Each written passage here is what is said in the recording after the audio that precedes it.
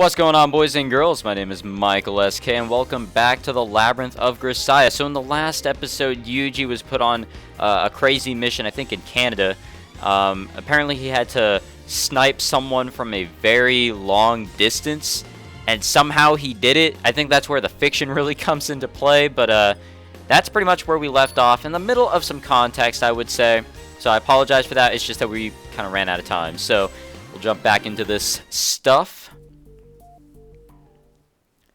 It's a nice looking sky. I guess it is daytime. For some reason in the last episode I thought it was nighttime. I just had that vibe. But let's get into it. They say the bullets you fire on the battlefield will come flying right back at you someday. But for the moment, I'm still alive. Guess I'm lucky that way.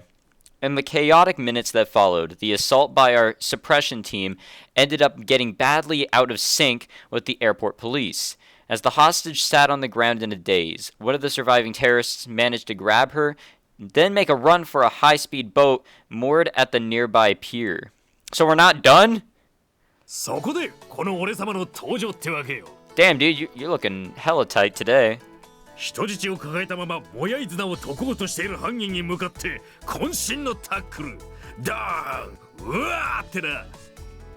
Oh, so I guess everything is over. You probably shouldn't have knocked the hostage into the sea with him. Wait,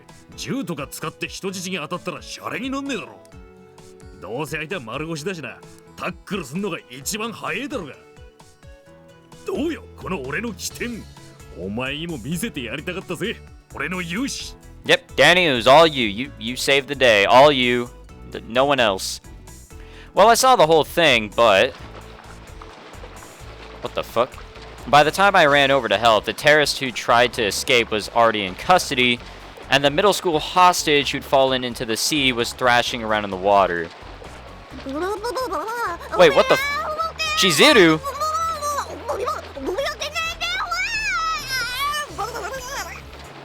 What the fuck?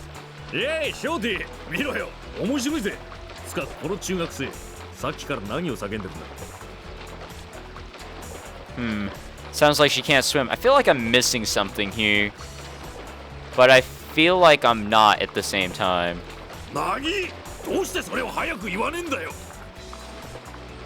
I think she's been screaming for a while, actually. Come on. Stop poking her with the oar. Sure you don't want to help? We went through a lot of trouble saving the kid, but at this rate she's gonna drown.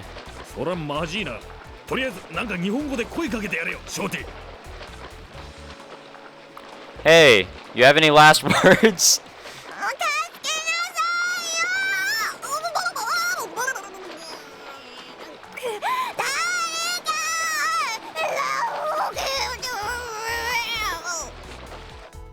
Wow.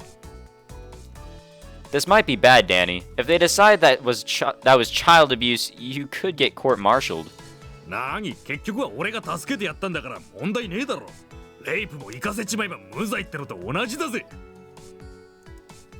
No, that's still a crime. Wait, is this a young wait, what the fuck? Middle school? How old is Yuuji? Honestly, I'm very, very mixed up in ages and who is who and what is what right now. Whoops, the young miss does indeed appear to be a bit upset. What do we do, Danny?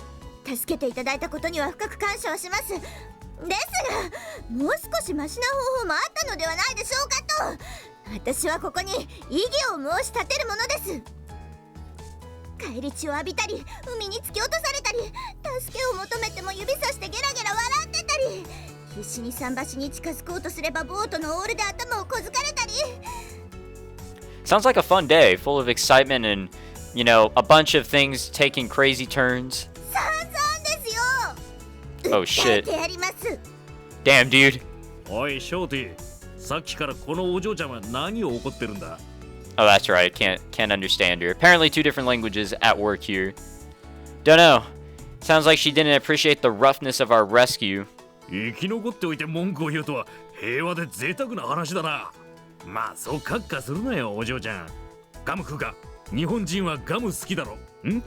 Wow.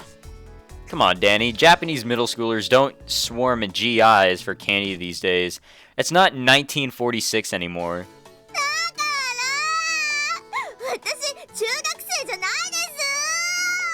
Okay, so I think I know what's, Okay, you done? I think I understand what's going on here. So I think JB and Yuuji were talking about how he met Chizuru. And I think this was actually referenced a few times back in the Fruit of Grisaia. So I think it's also an issue with how young she actually looks. I think that was also brought up a few times in the Fruit of Grisaia.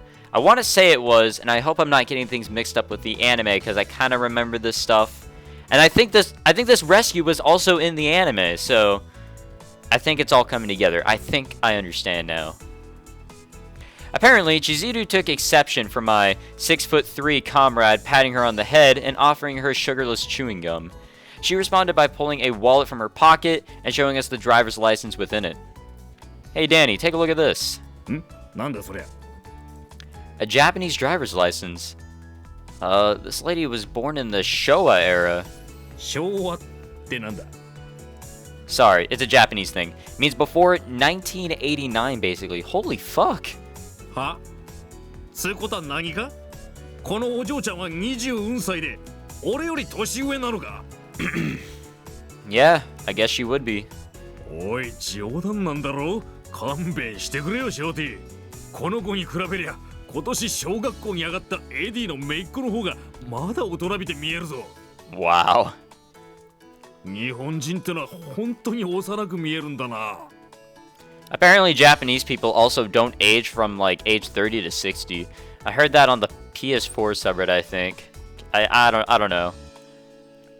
Well, I think this one's kind of a special case actually. だからこれって言いながら頭をポンポンしないでください。 He's still patting her on the head. All right. 年上ですよ。お姉さんなんですよ。しかも私は先生なんですよ。学園長なんですよ。もう許しませんよ。 She whines as if she is a kid.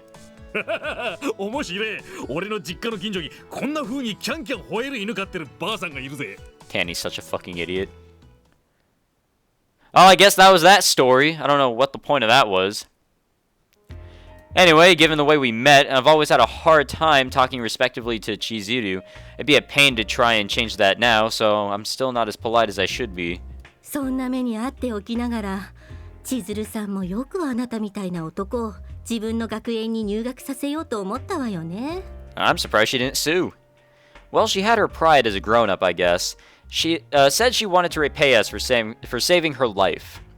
The woman's got some clout in academic circles, so she managed to help Danny's sister get into a Japanese university as a foreign student. But there wasn't really anything I wanted, so I tried to decline. Chizuru was damn stubborn about it, though. Told me to say anything at all. At the time, I'd never really gotten to experience an ordinary school life. So, just on a whim, I told her I'd like to try being a normal student at a normal school. That's where that comes in! It's piecing together! Oh my god. And that's how I ended up where I am today. それでも、朝子が生きていれば、あなたも美浜に行こうだなんて思わなかったんじゃない? Well, probably not. Oh no. Oh man, I have a bad feeling about this one, boys and girls. After completing my training and examinations at Narashino, I received the stamp of approval to graduate from trainee to agent, officially inheriting Asuko's ID number.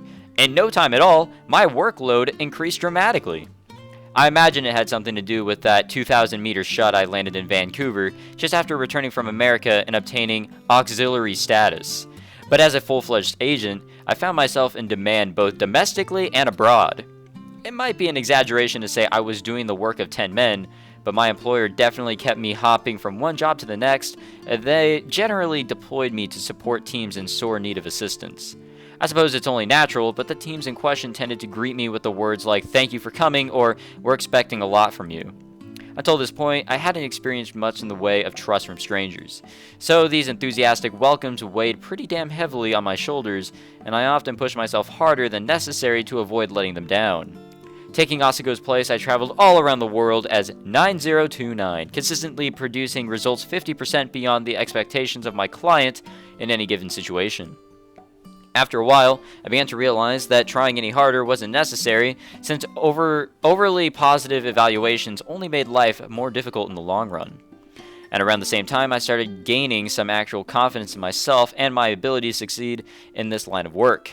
One day, I even found myself mouthing off a bit in front of my master. You know, I think I might be a match for you by now, Asuko.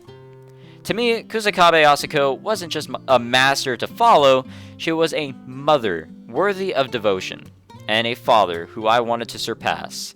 Every time I pulled off a difficult shot in the field, I jubilantly shouted, "How do you like that?" in my mind, and those words were always directed at Asuko. Silently, I'd call out to her in celebration, "Just watch me. See how much your student's grown?"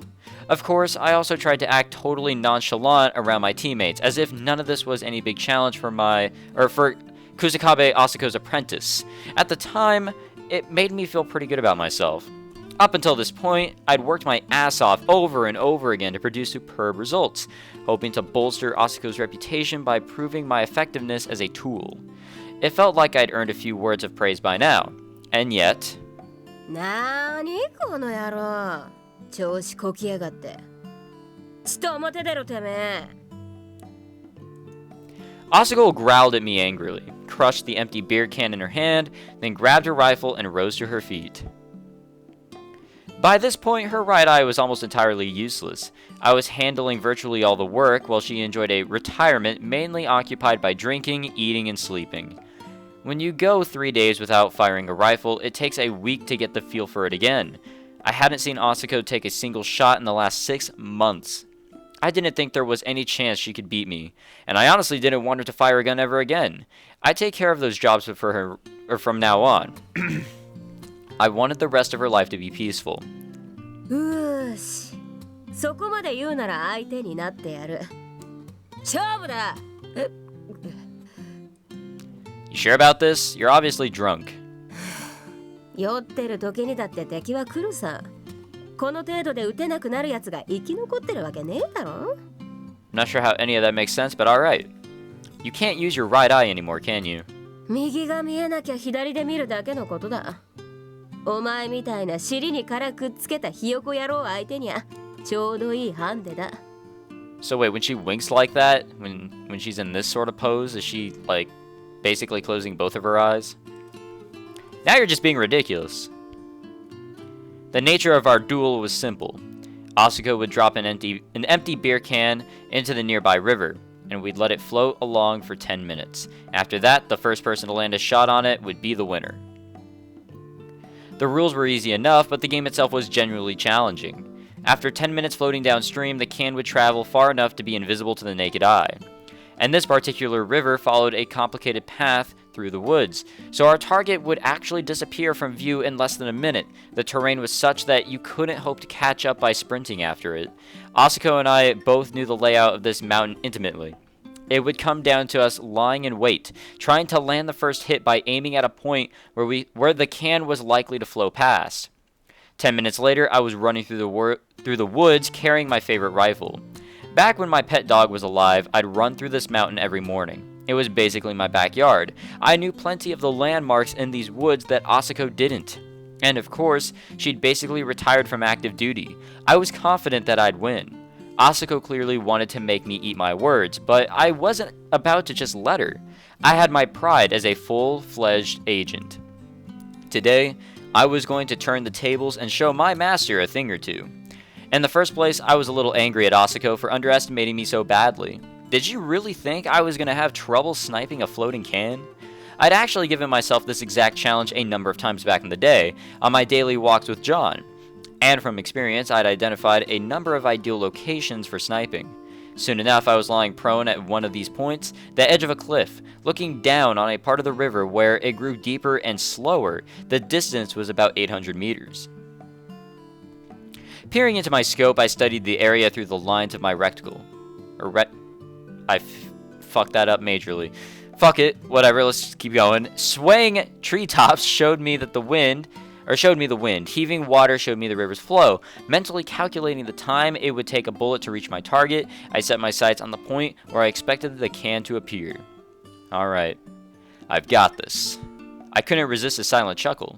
I'd already convinced myself this was the day I'd finally surpass Asuko.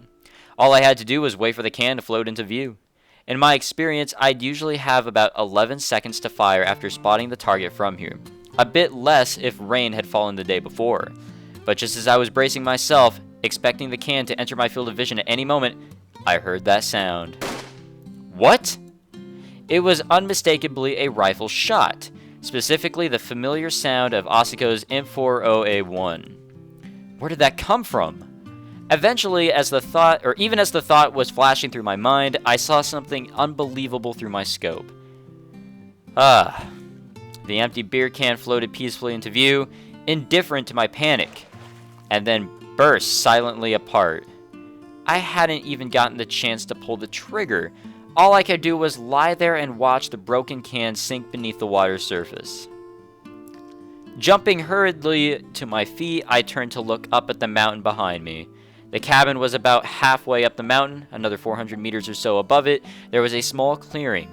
It was the place where Asuko had made a grave for John. From all the way up there? It wasn't an impossible shot, to be sure. The firing distance would increase to 1400 meters, but the higher elevation gave you a longer window to fire. I'd carelessly assumed Asuko wouldn't try something like that without the use of her right eye, and it cost me. Pointing my rifle towards the spot where Asuko was likely positioned, I looked into the scope. Sure enough, she was standing there, her white teeth gleaming in the sun. Damn it. She's laughing at me. For some reason, I found that utterly frustrating.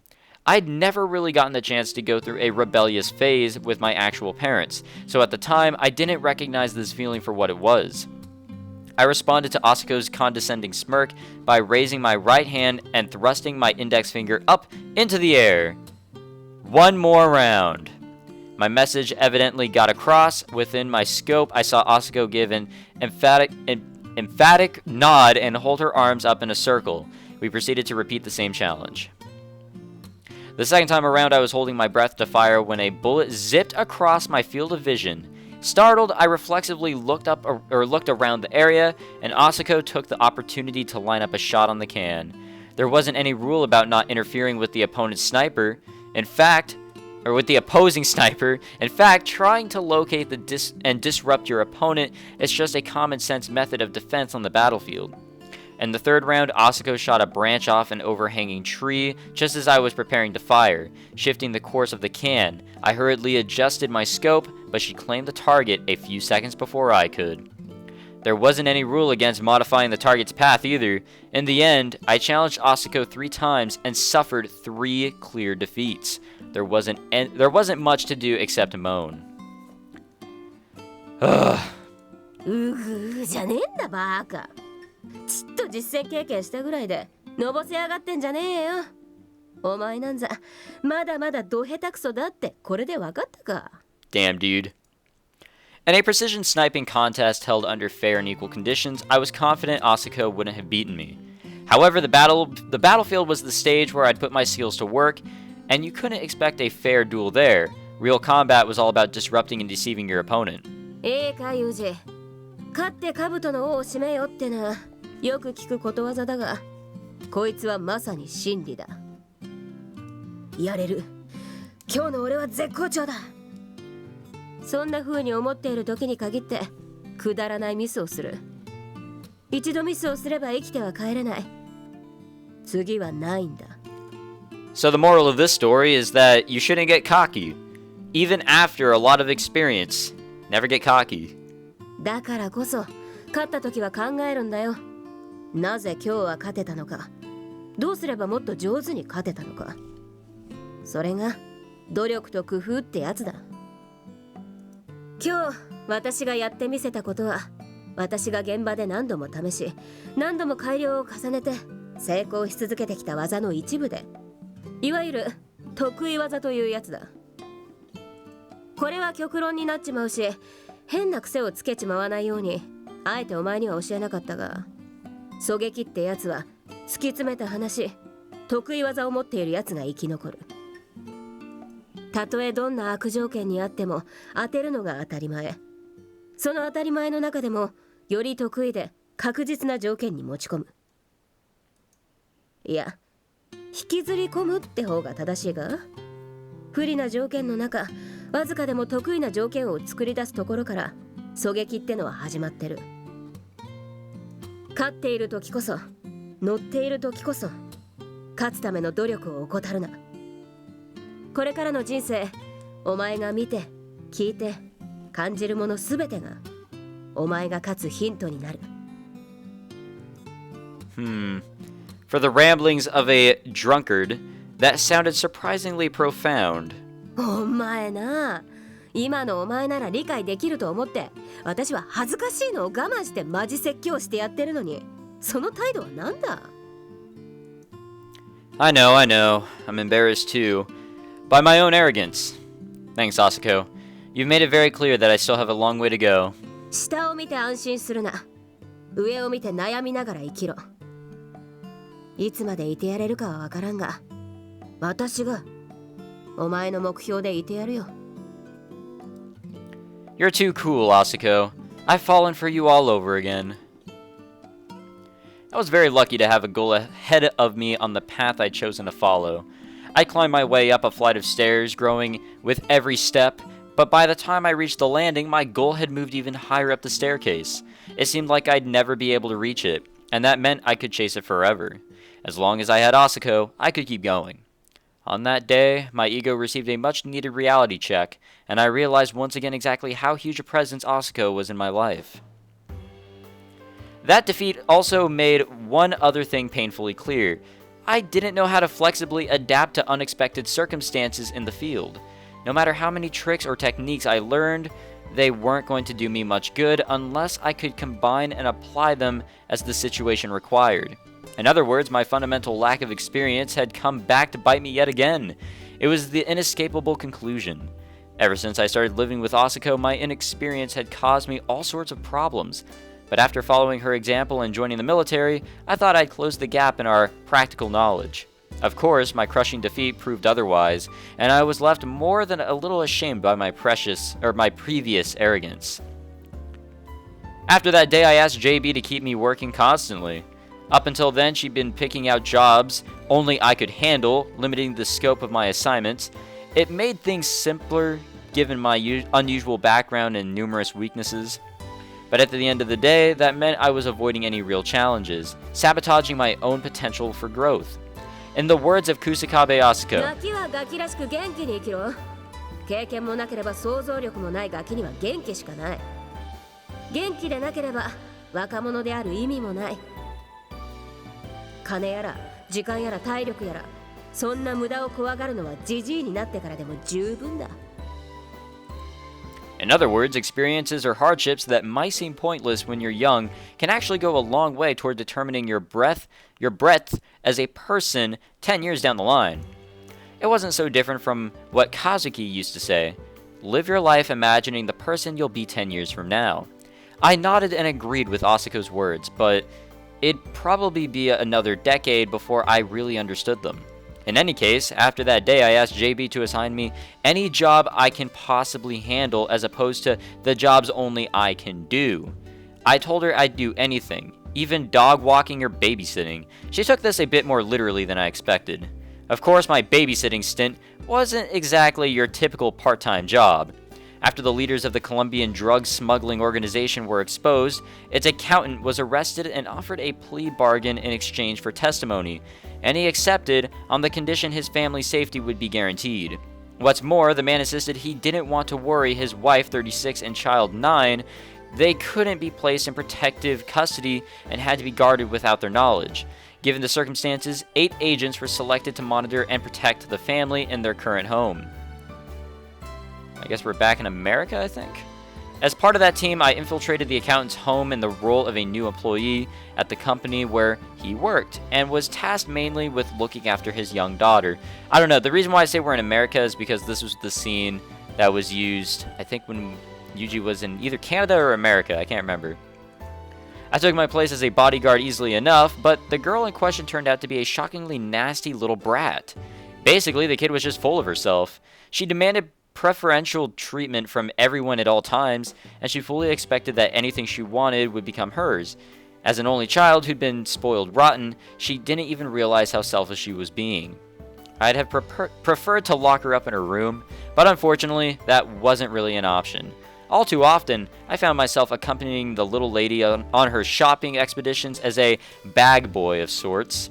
The instant we entered one of her favorite stores, the 9-year-old princess would point her finger at one item after another, demanding this one and this one, until I was about ready to snap. As the trip wore on, I was trudging along behind her carrying countless bags, almost wishing for some kind of trouble to arise so I'd have an excuse to throw it all aside, when the little lady abruptly stopped, turned around, and said, "You there." My bootlaces seemed to have come undone. She didn't even bother to add a "would you please." Of course, from this little lady's point of view, it was only natural that I'd help. It just wasn't clear how exactly she expected me to do that, given that both my hands were full. As I stood there trying to decide how to proceed, she shrugged theatrically and said, "You Japanese really aren't very considerate, are you?" That was the last straw. Not long after, I found myself whining to JB over the phone. I've had it. I've had it up to here. I used up the last of my patience resisting the urge to shout, "Tie your own damn shoes, you brat." I can't take this anymore. I'm begging you, put someone else in for me. なーに？もうギブアップなの？何でもいいから仕事くれって言い出したのはあなたよ。No, they're the worst. 女の子は得意でしょ？ She's a child, not a woman. And more importantly, I'm allergic to people who decide they're special and don't even try to put themselves in anyone else's 世 shoes. の中なんてそういう人間ばっかりよ。何のための経験なの？ Ugh, work. 朝子の言葉を思い出しなさい。忍耐、努力、工夫。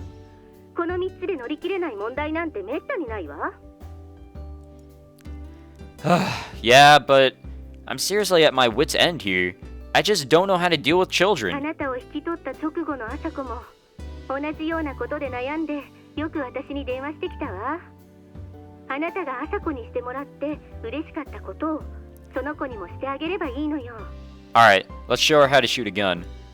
You telling her? Oh my god, you telling me to give her a blowjob?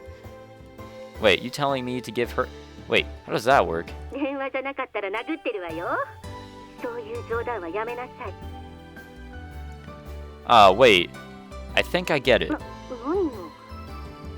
I don't know how to deal with her because I'm thinking of her as a child. All I have to do is pretend she's a slightly undersized lady, right? She already bought herself clothes and a bag, so the next step would be a sappy movie, then a meal at a nice Italian place. I'm starting to get the picture. When she starts tearing up during the cheesy romance movie, glance over and ask, "Are you crying?" She'll deny it indignantly. Pretty cute. When you get to the restaurant, tease her for being a sloppy eater and wipe her cheek with your napkin, then add something like, "But I guess that's part of your charm," and watch her face go red. Cute, right? Once you've gotten through a few after-dinner drinks, she'll inevitably start complaining about her job. Listen quietly, even if you disagree, don't say so. Just nod, make sympathetic noises every once in a while, and wait for her to state the conclusion she's already reached well in advance. Once it finally comes out, along with a deep sigh, offer a bit of gentle advice. All you need to do is give her a little hint. Maybe you could approach it this way instead. After that, her stubbornness will melt right away, leaving her surprisingly sweet and grateful. See, she really is cute. In other words, it's the same as with you. 何がよ。なんか勝手に一人で納得しないでよ。 Sorry, I think I figured out how to approach this. That's all. Thanks, Julia. You're always there for me when I need you. I really am grateful. あ、なんか、まあいいけど。 Well, I guess when you use the first name, things go well. Mind if I call you up again if I run into any more trouble? いいわよ。そのための担当官なんだから。 When I finish up this job, I'll bring a souvenir back to Japan for you. Talk to you later. 気をつけてね。幸運を。 Even loud-mouthed, shaggy-headed women can be sweet and adorable if you adjust your attitude appropriately. I'd already mastered that particular skill. Thinking of the girl I was protecting as a mini JB made the whole problem seem almost trivially easy. It was as simple as changing my own mindset. Of course, a romance movie wouldn't be appropriate for a 9-year-old. Buying her dinner, getting her a bit tipsy, and listening to her complain about school wasn't exactly a possibility either. Oh shit, this place is hella cool. Instead, I could just follow Asuko's example and take the little lady to the nearest zoo. Afterward, we could stop to eat at one of the nicer kid-friendly restaurants in town. At that point, a casual question like, is school fun, should get her to open up a bit. My side of the conversation, of course, would be nothing but the occasional I see, that's amazing, or it's not your fault. At the very end, I just act sympathetic and give some vague advice like, why don't you start by trying to resolve their misunderstandings? This would definitely work on JB, but will that apply for the mini JB subspecies as well? Combining tricks as the situation dictates, you find your way to the correct answer. Sometimes you force your way there. When you're at a disadvantage, you flip into an advantage. That's probably what it means to be flexible. Knowledge and experience you gain in one field can often be applied creatively in many others. When you view something you're bad at through the lens of something you're good at, even problems that seemed impossible sometimes melt away easily. I'd almost given up on life entirely once. Now I was starting to think I might be getting the hang of it, but before I could really savor that feeling, a certain phone call arrived. JB, huh? Hey JB, nice timing. Do you want a penguin or a polar bear for your souvenir? そんなこと言ってる場合じゃないわよ。急いで日本に戻ってきて、できるだけ早く。What happened? 朝子が倒れた。 Oh shit. もう長くない。 I knew it was coming to this eventually. Alright. That was pretty nonchalant. So I guess we'll end it there on clouds always follow the sunshine. Why not? That seems like a great line to end on. We're 84% done, and we're on the Cocoon of Caprice 15. So many damn parts to Cocoon of Caprice. So, I hope you guys enjoyed. If you did, leave a like, subscribe if you'd like to see more of the Labyrinth of Grisaia. And, no, I won't talk about how we're coming to the end. I'm going to have to start looking at where the ending is. I'll explain that later on, and like I said, I'll continue to do so leading up to the ending, so you guys can hopefully understand. But yeah, again, hope you guys enjoyed, and I look forward to the next episode. I hope you guys do as well. I'll see you guys then.